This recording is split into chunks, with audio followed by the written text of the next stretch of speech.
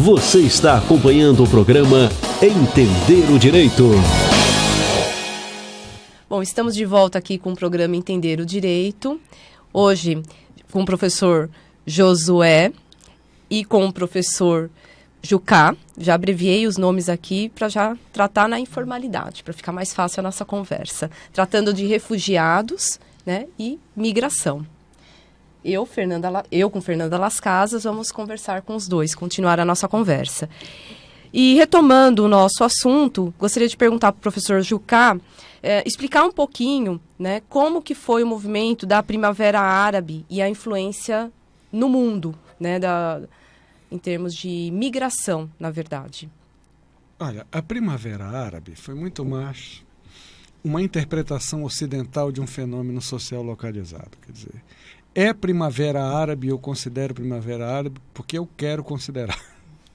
Porque fica mais fácil para mim entender e explicar para vocês. Na verdade, não se deve ter uma visão tão literal.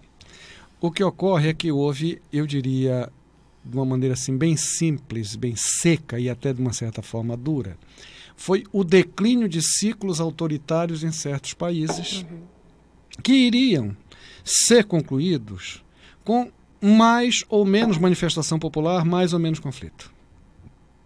Iam ser concluídos. Estava acabando o ciclo. E como toda mudança de ciclo, fim de um, começo de outro, há um rebalanceamento de forças políticas movidas por inspirações, desejos e pretensões determinadas. Foi isso que aconteceu.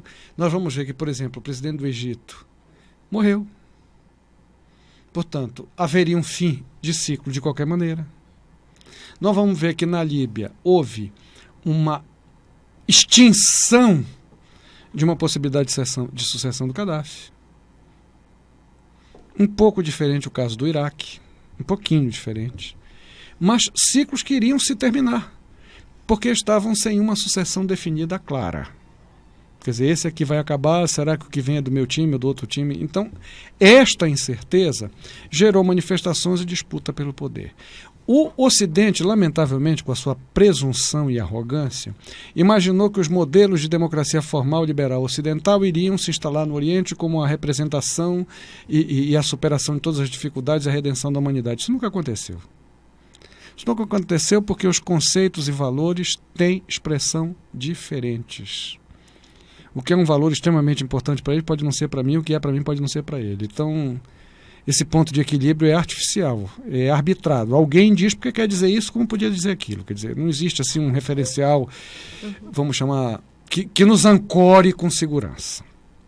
Houve um movimento, sim, e eu acho que os ventos de alteração comportamental, cultural e política que aconteceram nesses países foram muito mais etapas de um processo que vinha em curso do que uma mutação brusca por primavera.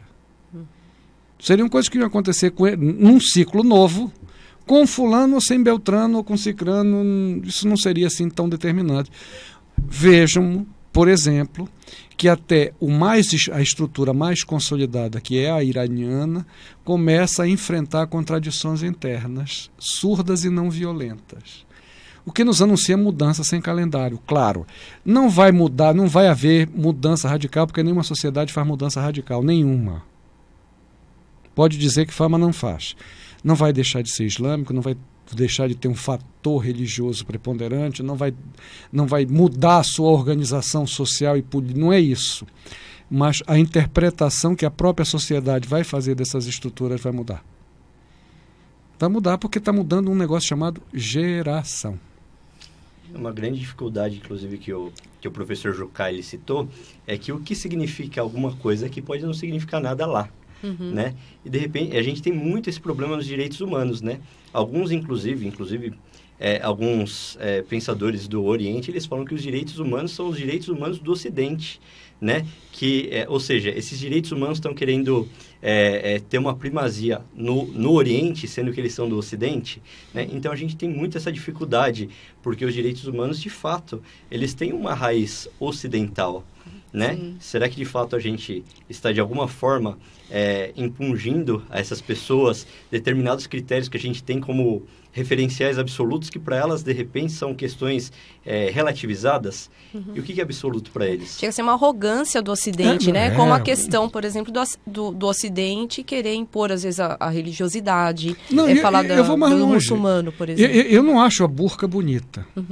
Apesar de ter grandes amigos muçulmanos, de aprender muito de muçulmanismo com eles, de islamismo, eu não tenho capacidade de avaliar.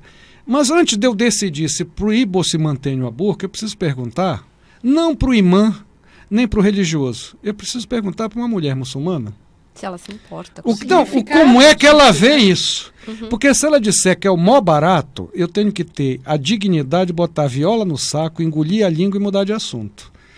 Porque o principal interessado, o que teria que se sentir ou envaidecido ou incomodado seria ela e não eu. Sim. Ou então eu estaria reivindicando a minha condição de divindade para dizer para vocês o que fazer. Quer dizer, alguém já perguntou para a muçulmana? Não estou falando no calor da paixão, no antagonismo, estou friamente perguntando como a senhora se sente com esse traje. Se ela disser, eu estou achando formidável. Minha filha, cala a boca, vamos voltar para Santos, encerrou o papo por aqui.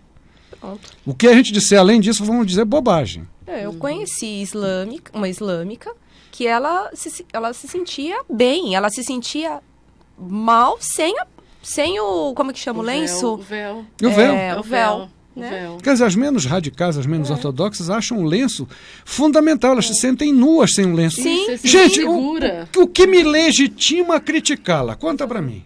Mas o problema de tudo isso é a utilização em toda e qualquer circunstância do método indutivo. A gente sai do particular para o geral.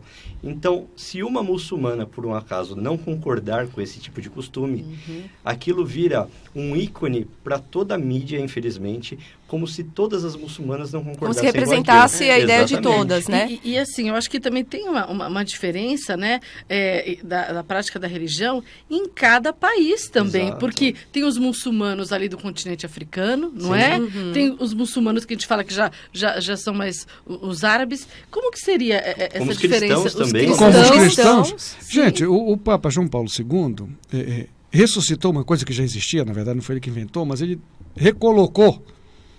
Não sei se ele recolocou por convicção, com prazer, mas constatou um fato. E quando a gente constata um fato, já é um passo adiante. Que é o que se chama da inculturação religiosa. Em que ele acolheu dados de inculturação, inclusive na liturgia. Que é o que tem mais característica de qualquer religião, é a sua própria liturgia. Em algumas comunidades da África, durante o ofertório da missa, se ofertam frutas e plantas. Claro que não participa da Eucaristia, não tem a comunhão, não é isso. Mas o ato de oferecer primícias, coisas da natureza, junto com o pão e o vinho. Tem outro significado. Por quê? Porque para eles a oferta da primícia é importante. Sim. E se nós temos algum tipo de fé, a natureza é obra de Deus. Sim. Quer dizer, na verdade, e essas particularidades e cantos e danças e vejam, por exemplo, a comunidade gospel que nasce nos Estados Unidos, nas manifestações religiosas protestantes, com música, canto, dança, e isso não deixa de ser protestantismo, não deixa de ser igreja reformada. Por quê? Porque a percepção cultural do transcendental tem uma conexão cultural fundamental, relevantíssima. Quer dizer, cada um percebe a realidade com o arsenal da sua história, daquilo que construiu. Com grandes elementos, inclusive, da cultura africana, Sem né? dúvida. Nessas religiões. Claro. Porque, afinal de contas, eram pessoas de raízes africanas. Sim.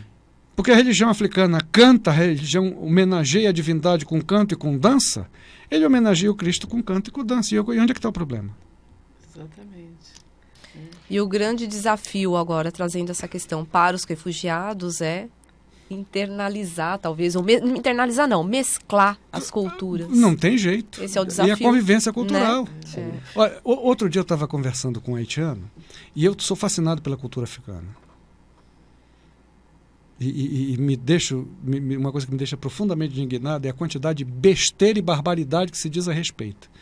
Porque é um hábito bem humano, né? Quanto menos eu entendo, mais eu ensino. Quer dizer, daqui a pouco eu vou dar uma aula de técnica cirúrgica, de microcirurgia vascular periférica, e nunca peguei um catéter para mexer numa veia. Mas eu vou ensinar e vocês vão bater palma e achar formidável e dizer que eu sou um gênio da raça. Quem passar pela minha mão vai morrer 4 vezes na mesma cirurgia. Mas o resultado vai ser o mesmo. Conversando com haitianos, às vezes eu empurro o assunto para isso. E quando eles percebem um branco latino-americano que não tem nenhuma vinculação direta com a África, falando alguma coisa tão íntima deles, é uma surpresa, e aí realmente há uma empatia, porque ele se abre, esse cara está me levando a sério, esse cara não está se julgando superior. E aí, quando a gente já está num clima bem amigável, eu digo, eu tiro o sarro deles, mas tem uma coisa: o meu santo é superior ao de vocês do Haiti. Porque o meu santo vai no vodú e o vodú não vem no meu santo. O que é um dos mistérios da religião africana mais sofisticado. E o cara olha assim, ele deve imaginar, a maioria deles deve pensar que eu sou um grande iniciado, um sacerdote, né? Disfarçado do serviço secreto. Isso eu digo que é inculturação. Eu sou católico praticante. Mas não sou impermeável a nenhuma cultura, nenhuma manifestação, porque, afinal de contas, eu não sou panteísta, porque o panteísta é um pateta. Mas eu acho que, não Deus, mas o que ele fez está em tudo. Desse microfone àquela tela, até o ar, a cultura e até aquilo que a gente pensa. Ou então ele não é Deus. E aí nós estamos ferrados, porque nós estamos literalmente na mão das ONGs. E o senso de divindade, né? O senso de divindade está em todos, né? Claro. Todos têm esse senso de divindade, é por isso que buscam, de alguma forma, a religião. Se manifesta assim, assado, cozido e frito. Tem um traço cultural muito grande. Exatamente. E é por isso que, inclusive, nós devemos respeitar, né, aquelas pessoas que chegam com outras religiões e outras culturas, né? Porque a necessidade que elas têm é a mesma necessidade que nós temos, né? É por isso que nós buscamos religião, por isso que nós temos traços culturais. Apesar das diferenças, né, nós conseguimos nos completar, né? Porque, como o professor Jucá falou, por exemplo, essa questão, por exemplo, das igrejas norte-americanas, que os negros conseguiram mudar muito do que se entendia por protestantismo, né, tradicional, né, essa miscigenação, essa mesclagem, né, justamente fez com que aquilo ganhasse vulto, ganhasse atenção, né, no próprio país, no próprio Estados Unidos. Tanto é que aqui nós temos, no próprio Brasil, corais, justamente por quê? Porque a cultura e a religião, elas se entrelaçam, né, porque nós nos complementamos. A música soul, sim, é a filha do gospel. Sim. Quer dizer, o canto de louvor à divindade, que virou um estilo de canção que acaba sendo importante, e não é mais americano, não é mais negro, não é mais protestante, do mundo inteiro. Quer dizer, existem quem goste de soul e existem as pessoas que não têm bom gosto. Mas isso é outra coisa. José, conta um pouquinho pra gente como que é a sua prática. Eu sei que você trabalha, né, um pouquinho os refugiados. Conta pra gente na prática, como que é o seu trabalho? Então, nós somos, na verdade, o nosso contato ele passa de boca em boca, né? E a gente é convocado, na verdade, né, por algumas comunidades, né? Sejam comunidades de egípcios ou qualquer outra comunidade que sofra algum tipo de perseguição, de pessoas que sofrem algum tipo de perseguição fora do nosso país.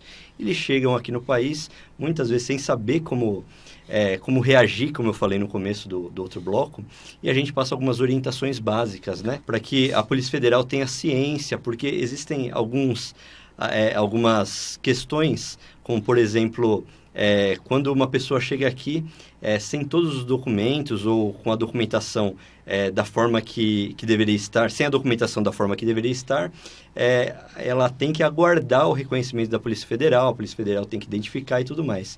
E o que acontece? A própria Polícia Federal tem o contato com essas pessoas e tem diversos trâmites. Mas as pessoas têm que ser sustentadas. Elas têm que comer, elas precisam de cobertor e tudo mais. A companhia aérea, ela é convocada para prestar todo esse auxílio. Né? Então, nós precisamos estar acompanhando se isso de fato está acontecendo. Não está, porque a pessoa chega aqui e não sabe nenhum dos seus direitos, né? Não conhece a legislação internacional, quanto mais a legislação nacional. Josué, como que você entende a legislação para refugiados, a legislação internacional e nacional, né, os tratados e o que nós temos hoje aqui no Brasil, em termos de efetividade, na prática? Nós temos uma legislação efetiva diante do problema que a gente vive? Para a gente falar de efetividade, a gente tem que levar em consideração os outros países. Né? Tá. O Brasil está muito à frente de diversos países, inclusive países europeus, né? Porque a gente tem visto que nesses últimos Principalmente. tempos... Exatamente. Nesses últimos tempos, muitos países têm fechado as suas barreiras, né? As suas fronteiras. Sim. E o que é lamentável. O que infelizmente acaba sobrando, né? E eu não digo que é uma sobra, né? Não seria de fato uma sobra, mas eles vêm aqui para a América do Sul, vêm para o Brasil especificamente. Por quê? Porque a nossa legislação recepciona de fato a legislação internacional e acaba cumprindo com uma certa rigorosidade os preceitos que os direitos humanos acabam imprimindo na nossa legislação e na legislação internacional, né? Existe aqui uma cultura muito mais ampla, até pelas autoridades, né, de que esses refugiados eles precisam de fato de cuidado. E é isso que a gente precisa também passar para as pessoas que não têm, de repente, essa cultura, porque são pessoas que não conhecem. Né? As pessoas não sabem, por exemplo, que no ano de 2018 nós tivemos praticamente o dobro da solicitação de refúgio de 2017. Foram 80 mil solicitações de refúgio aqui no Brasil. Por quê? Porque existe uma visão de que o Brasil, de fato, ele acolhe de forma humanitária aqueles que precisam de proteção. Entendi. Professor Jucá, como que o senhor entende a percepção da sociedade sobre essa questão dos refugiados? Será que a nossa sociedade brasileira hoje, na prática, realmente tem empatia pelo refugiado? No atacado sim, no varejo não. O que é que eu quero dizer com isso? O brasileiro é receptivo. O brasileiro, no sentido do Sérgio Buarque, é cordial, no sentido de ser guiado para bem e para mal pelo sentimento. Quer dizer, quando a gente pensa cordial bonzinho, não é cordial bonzinho. Cordial se baliza pelo sentimento para te matar ou te beijar. Não é? Mas nós temos um sentimento de solidariedade mais amplo. O que eu diria que o grande impasse que nós enfrentamos é a falta de consciência da dimensão e da importância do problema. Nós ainda raciocinamos em termos de casos isolados do primo do seu João que fugiu de Madagascar porque queriam pegar ele. A gente não consegue ver que além do primo do seu João, tem 4 mil primos de 4 mil seus Joões. E que não é uma solução individual. Resolve o problema do primo do seu João. Não. Resolver o problema do primo do seu João já é alguma coisa, mas... E os outros? Quer dizer, eu acho que o Brasil, em relação a inclusive outros países, já está indo a um passo seguinte de como absorver. Porque nós não temos o sentimento de devolver o refugiado nem o imigrante. Quer dizer, na verdade, eles vão ser devorados pela cultura brasileira e, se Deus quiser, assim o será.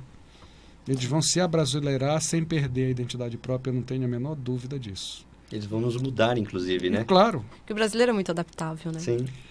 Eu te diria que o brasileiro herdou do português, que é uma das raças mais misturadas da humanidade. Porque no português tem celta, tem romano, tem visigodo, é um balaio de gato desgraçado. Ele ganhou uma capacidade de adaptação excepcional. Vejam que o português não é racista. A comunidade angolana em Portugal vive muito bem, obrigado. Aí diz, mas está havendo problema com o brasileiro. O problema com o brasileiro é diferente. É a convivência, para quem assistiu, acho que aqui só ele lembra do Balança Mas Não Cai, é a convivência do primo rico com o primo pobre. O primo rico que ficou primo pobre, o primo pobre que ficou primo rico, e os dois se encontram depois. Aí ficam, como é que a ex-colônia consegue ser maior, mais rica e mais importante que eu, e eu não posso aceitar isso. Então, eu diria que é muito mais não conflito, mas uma competitividade inconsciente de origem. E acho que nós herdamos isso, que é a capacidade de absorver o outro, porque a gente sempre consegue encontrar uma finalidade, uma utilidade para o outro. O outro, para nós, tradicionalmente não é um estorvo. O outro, para nós, sempre agrega. Às vezes, nem sempre da melhor maneira, nem da maneira mais adequada, mas sempre agrega. Nós somos, assim, muito refratários a expelir o outro. Salvo em caso de conflito, mas vejam que mesmo durante as restrições de guerra com italianos e japoneses, nós fomos um dos primeiros países do mundo a nos recompormos.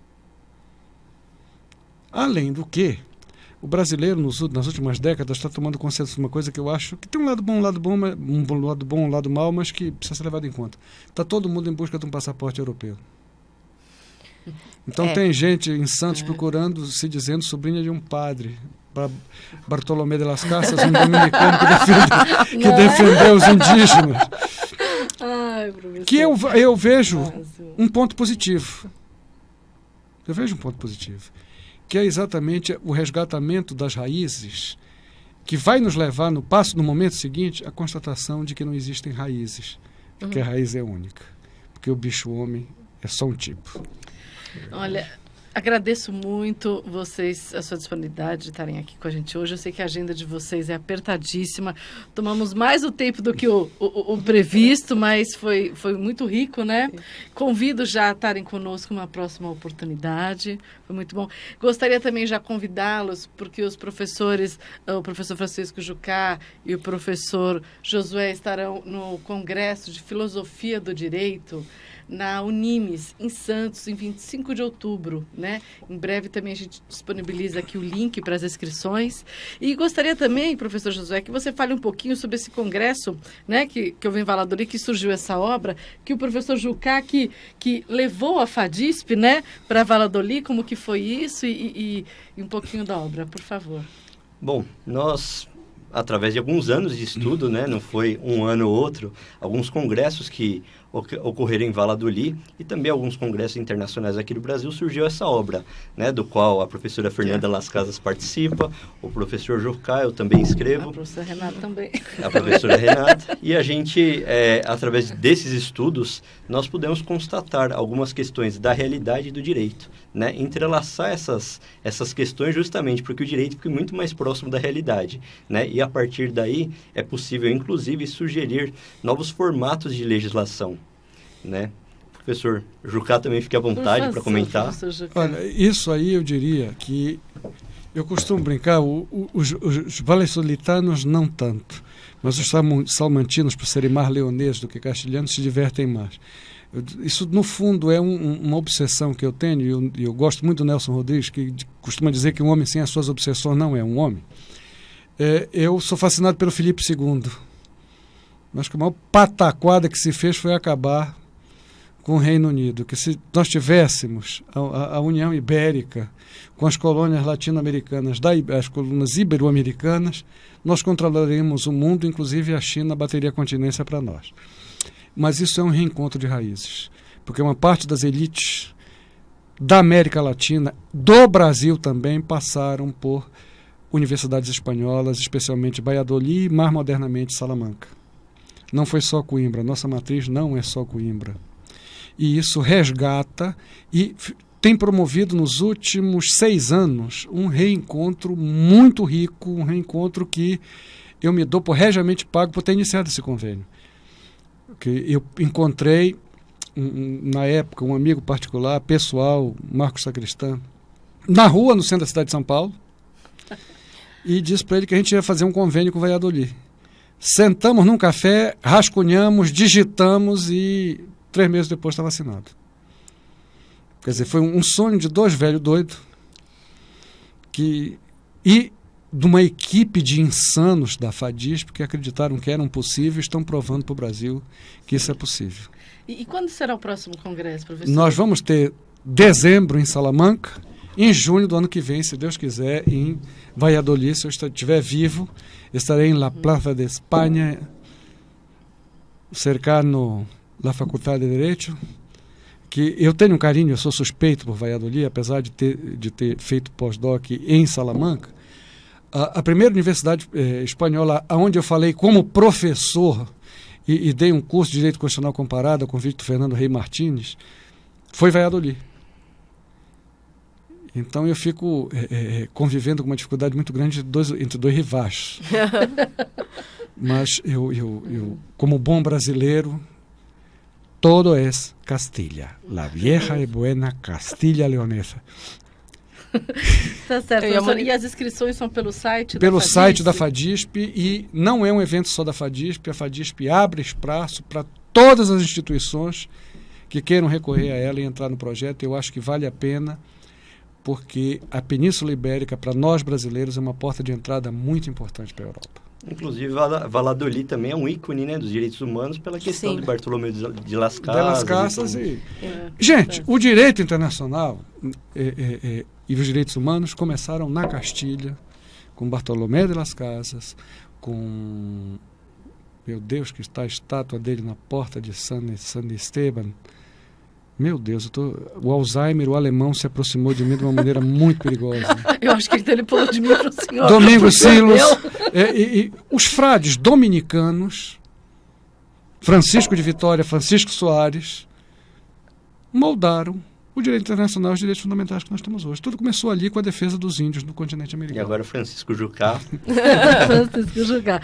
Agradecemos a sua audiência, esperamos que tenham gostado. Se tiverem perguntas, se tiverem alguma sugestão de nova pauta, aguardamos as sugestões. Um abraço. Obrigada. Na rádio e TV Baruch, você acompanhou o programa Entender o Direito. Apresentação Fernanda Las Casas e Renata Toledo.